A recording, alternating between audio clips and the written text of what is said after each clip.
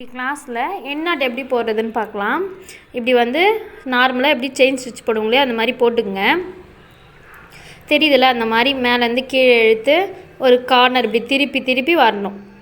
Needle வந்து rotate பண்ணிங்கனாலே of rotate பண்ணாலே செயின் ஸ்டிச் நல்லா பர்ஃபெக்டாக வந்துடும். பாருங்கள், கிளியராக தான் காமிக்கிறேன். இதே மாதிரி பண்ணுங்கள். எண்ணாட்டுன்றது எதுக்கு போடுறோன்னா, அது பிய்யாமல் இருக்கிறதுக்காக தான். ஒவ்வொரு டிசைன் இப்போ முடிப்போம், நம்ம ஒரு ஃப்ளவர் டிசைன் போடுறோன்னு வச்சிங்களேன், அதை வந்து இப்போ முடிக்கும்போது ஒவ்வொரு பெட்டலும் நம்ம முடிக்கும்போது எண்ணாட் போடுவோம். அதுக்காக தான். அது பிஞ்சிராமல் ஒரு டிசைன் அங்கே பாருங்கள், முன்னாடி இருக்க செயினில் உள்ளே போகணும். உள்ளே போயிட்டு அதுலேருந்து மேலே அதை இழுத்து வச்சுருக்கோம்ல லாஸ்ட்டு ஸ்டிச்சு, அது இன்னொரு கையை வச்சு இந்த மாதிரி எடுத்து விடுங்க. எடுத்து விட்டு கீழே இழுங்க. ஃப்ரேமு கீழே இருக்கிறத இழுத்திங்கன்னா எண்ணாட் வந்துடும். திரும்பி போட்டு காமிக்கிறேன் பாருங்கள். திரும்பி அதே மாதிரி போட்டு காமிக்கிறேன். நல்லா பார்த்து அதை ட்ரை பண்ணுங்கள், கன்ஃபார்ம் வரும். இது கொஞ்சம் ஈஸியாகவே இருக்கும், அதனால தான் இந்த மாதிரி எண்ணாட் சொல்லி தந்திருப்பேன். அதே மாதிரி செயின் ஸ்டிச் தான் போடுறேன். நார்மலாக போடுற செயின் ஸ்டிச் தான், ஜரியில் போடுறேன்.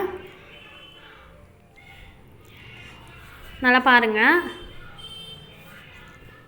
எப்படி லாஸ்ட்டில் எண்ணாட் போடணுன்னா, லாஸ்ட்டாக இப்படி செயின் போட்டுனே வருவோம், மேலே இழுத்துக்கணும். நான் எப்படி இழுத்துக்கணும் பாருங்கள், மேலே இழுத்துக்கணும்.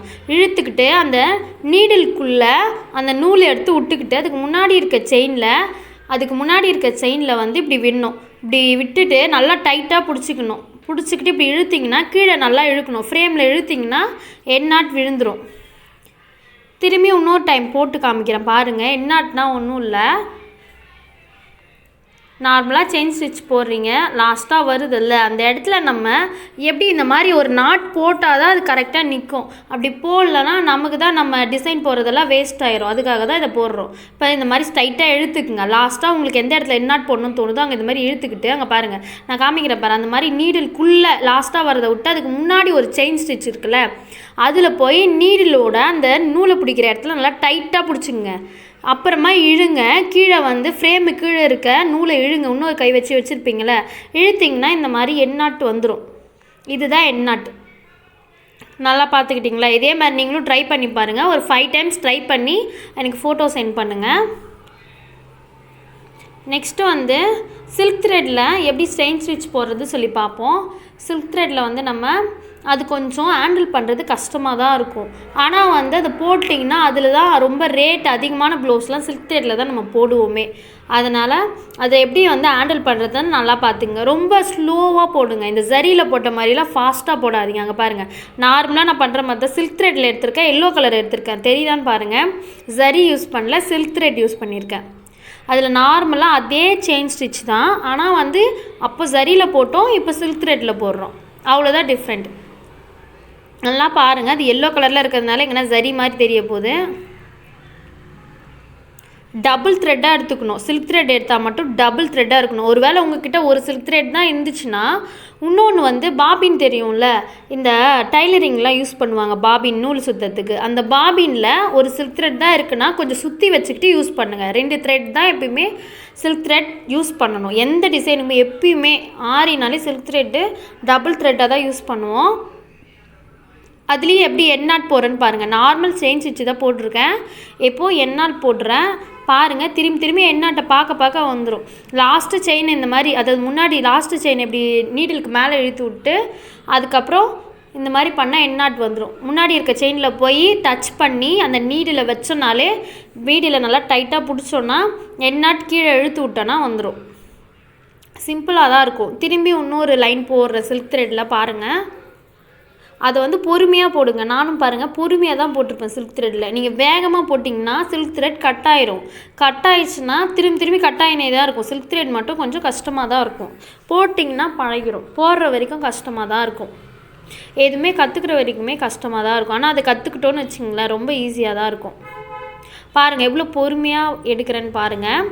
பொறுமையாக தான் போடுவேன். உங்களுக்கு அந்த மாதிரி ஃபாஸ்ட்டாக தெரிகிற மாதிரி இருக்கும், ஆனால் அது பொறுமையாக தான் போடணும். நீங்கள் ரொம்ப பொறுமையாக யூஸ் பண்ணுங்கள் சில்க் த்ரெட்டை மட்டும். அதே மாதிரி நாட் போடுறதுனா இந்த மாதிரி மேலே இழுத்து விட்டுக்கிட்டு அதுக்கு முன்னாடி ஒரு செயின் இருக்கும், அதுக்குள்ளே வந்து இந்த மாதிரி நீடிலோட அந்த நூலை பிடிக்கிற இடத்துல போய் பிடிச்சிக்கிட்டு இப்படி போட்டு கீழே இழுத்து விடுவேன்.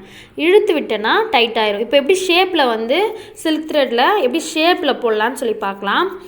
இந்த மாதிரி ஒரு ஸ்கொயர் ஷேப்பில் நான் வந்து ட்ரா பண்ணியிருக்கேன். அதில் போட்டு காமிக்கிறேன் பாருங்கள்.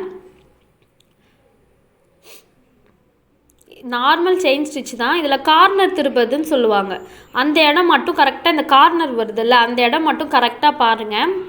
நார்மலாக போட்டோன்னா ரவுண்டாயிரும். கார்னருக்கு கரெக்டாக போயிட்டு ஸ்ட்ரைட்டாக போட்டுன்னு போகிறேன். நார்மல் செயின் ஸ்டிச் மாதிரி ஸ்ட்ரைட்டாக போட்டுன்னு போகிறேன். இந்த மாதிரி தான் ஆகும். அது சில்க் த்ரெட்டு லேசாக கட்டான மாதிரி இருக்குல்ல, அது கொஞ்சம் கீழே இழுத்து விட்டிங்கன்னா சரியாயிடும். கீழே வந்து நிறைய நூல் எடுத்து விடுங்க, சரியாயிடும். ஒரு வேளை கட் ஆனாலும் அந்த செயின்குள்ளேயே போடுங்க. இப்போ நான் வந்து இங்கே நிறுத்துறேன்னா இங்கேருந்து நம்ம வேறு டைரெக்ஷனில் போகணும். இது வரைக்கும் நம்ம ஸ்ட்ரைட்டாக போனோமா, இப்போ அது ஸ்கொயர் ஷேப்பில் வரணும். அதே மாதிரி அந்த கார்னரில் வந்து ஒரு ஷார்ப் வரணும். அங்கே ஷார்ப் வரதுனால அங்கே பாருங்கள், பேக்கில் ஒரு செயின் ஸ்டிச் போட்டிருப்பேன், தெரியுதுங்களா? பேக்கில் ஒரு செயின் ஸ்டிச் போட்டு நெக்ஸ்ட்டு போடும்போது தான் அந்த இடம் வந்து கரெக்டாக ஸ்கொயர் ஷேப்பில் ஒரு ஷார்ப் கொடுக்கும். எந்த டிசைனுமே இப்போ நீங்கள் ஷார்ப்னஸ்க்கு கார்னர் திருப்பதுன்னு சொல்லுவாங்க, ஓகேங்களா? இந்த கார்னரை மட்டும் நல்லா பார்த்துக்குங்க. 4 கார்னருமே, நான் 3 கார்னர் இப்படி போடுவேன், 4வது வந்து எண்ணாட் போட்டுருவோம். அதை மட்டும் நல்லா கவனிங்க.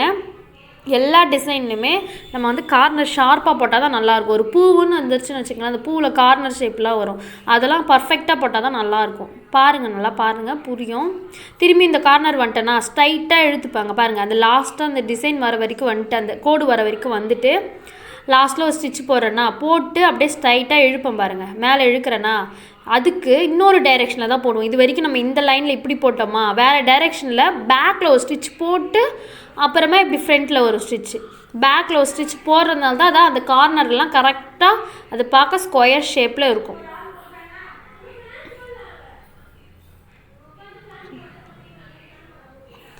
கரெக்டாக அதே மாதிரி போடுங்க, அப்போ தான் வரும். கார்னர் வந்து இந்த மாதிரி தான் திருப்பணும். தெரிஞ்சிச்சிங்களா? இந்த கார்னர் வரும்போது நல்லா பாருங்கள், உங்களுக்கு புரியும். 2 டைம் சொன்னால் அதுலேயுமே உங்களுக்கு புரிஞ்சிருக்கும். பேக்கில் ஒரு ஸ்டிச் போட்டு இங்கே பாருங்கள், இதில் இன்னும் தெளிவாக தெரியுது. பேக்கில் ஒரு இங்கே பாருங்கள், இழுத்து காமிக்கிறேன் பார்க்குறீங்களா? இது வரைக்கும் நம்ம ஒரு டைரெக்ஷன் வந்தோம். இப்போ ஒரு பேக்கில் ஒரு ஸ்டிச் போடுறேன்னா பேக்கில் ஒரு ஸ்டிச் போட்டு அதுக்கப்புறம் இப்படி ஃப்ரண்ட்டில் கொண்டு வருவோம். அது ஏன் வரோன்னா அப்போ தான் அந்த இடம் ஷார்ப்பாக தெரியணும் நமக்கு. ஒரு ட்ரையாங்குலர் போட்டாலும் சரி, ஒரு ஸ்கொயர் ஷேப்பு, எந்த டிசைன் போட்டாலும் ஒவ்வொரு டிசைன்லையுமே ஷார்ப்னஸ் வேணும் அந்த இடத்துக்குலாம். இந்த மாதிரி இந்த கரெக்டாக அந்த எட்ஜ் வருது இல்லை, அந்த ஷார்ப்புக்காக தான் பேக்கில் ஒரு ஸ்டிச் போட்டு நம்ம ஸ்டார்ட் பண்ணுவோம். அதுவும் வேறு டைரெக்ஷனில் தான். கரெக்டாக இது வரைக்கும் நம்ம ஸ்ட்ரைட் லைனாக போட்டு வந்தோம்னா அதே லைனில் போடக்கூடாது, வேறு டைரெக்ஷனில் போட்டால் கரெக்டாக டிசைன் நான் எப்படி போட்டிருக்கேன், ஒரு ஸ்கொயர் ஷேப் போட்டிருக்கேன்னா ஸ்கொயர் ஷேப்னால் எப்படி வரும், அந்தந்த சைடு போதும், அந்தந்த சைடுக்கு ஏற்ற மாதிரி தான் நம்ம கார்னர் போடணும்.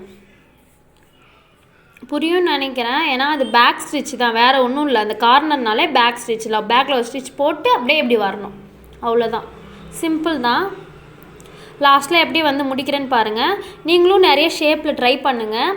ட்ரையாங்குலர் இல்லைனா கர்வாக ஒரு ரவுண்ட் ஷேப்பு அந்த மாதிரிலாம் ட்ரை பண்ணி எனக்கு சென்ட் பண்ணுங்கள். அதே மாதிரி ஜரிலையும் டிசைன் போடணும். ஜரி செயின் ஸ்டிச்லேயும் சில்க் த்ரெட் செயின் ஸ்டிச்லேயும் டிசைன் போடணும். மொதல் ஷேப்பில் போடுங்க. போட்டுட்டு நான் லாஸ்ட்டில் இப்போ வந்து ஒரு எண்ணாட் போட்டுருணும். பாருங்கள், லாஸ்ட்டில் எண்ணாட் போட்டுருணும். எண்ணாட் தெரியலனா திரும்பியும் கேளுங்க, இந்த வீடியோலேயே ஃபஸ்ட்டில் காமிச்சிருப்பேன் பாருங்கள். இதுவும் லேசாக பிரிஞ்ச மாதிரி இருக்குல்ல, இங்கே பாருங்கள், இதில் லாஸ்ட்டாக கட் ஆகிடுச்சு, தெரியுதுங்களா? இந்த மாதிரி உங்களுக்கும் நடக்கும். அதுக்காக தான் நான் போட்டு காமிச்சேனே. லேசாக இழுத்த உடனே கட் ஆயிரும், அதுக்காக தான் போட்டு காமிச்சேனே. அதுக்குள்ளே இருக்க செயின்லேருந்து ஸ்டார்ட் பண்ணுங்கள், ஒரு ப்ராப்ளமும் இல்லை. அப்படி தான் வரும், அதெல்லாம் வரும்காக தான் உங்களுக்கு போட்டு காமிச்சிருக்கேனே. இப்படிலாம் கட் ஆகினே தான் இருக்கும். கட் ஆனாலும் நீங்கள் அதுக்காகலாம் கஷ்டப்படாதீங்க, போடுங்க, வந்துடும்.